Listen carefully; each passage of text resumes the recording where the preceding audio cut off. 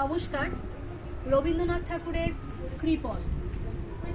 আমি ভিক্ষা করে ফিরিতেছিলাম গ্রামের পথে পথে, তুমি তখন চলেছিলে তোমার স্মরণে। অপূর্ব এক স্বপ্ন সম লাগিতেছিল চক্ষে মম। কি বিচিত্র শোভা তোমার, কি বিচিত্র সাজ। আমি মনে ভাবিতেছিলাম, এ কোন মহারাজ। আজি শুভক্ষণে রাত পোহালো, জেগেছিলেন তবে আজ আমারে দাঁড়ে দাঁড়ে ফিরতে নাহি হবে। বাহির হতে নাহি হতে কাহার দেখা পেলেন পথে, চলিতে রথ ধনু ধান্যে ছড়ানো দুই ধারে। মুঠা মুঠা কুড়িয়ে নেব নেব ভারে ভারে।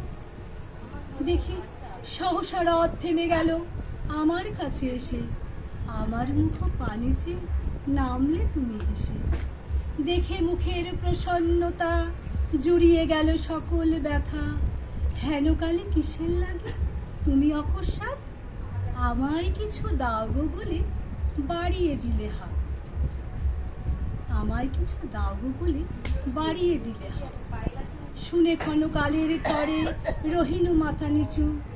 তোমার কি অভাব আছে ভিখারি ভিক্ষুকের কাছে, এ কেবল কৌতুকের বসে আমার প্রবঞ্চনা।